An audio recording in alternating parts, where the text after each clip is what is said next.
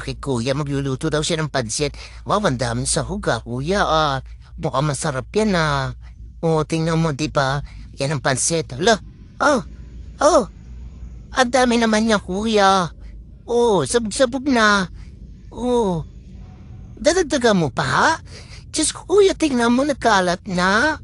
Oh, ano ba yan? Pati sa seg, ang dami mo na kinalat na pansit. Ang dami mo hinaksaya. Tapos ang dami mo pa nilalagay ng mga panimpla. Pansit canton lang naman yan. Tingnan mo kuya, ang dami mo kalat. Ang dami nagugutom sa mundo. Nag-aaksaya ka, hindi ka pa rin tapos sa panimpla mo. Grabe ka naman. Paano mo haluin ngayon yan? Siya. Ala, tingnan mo ang kalat-kalat, kuya.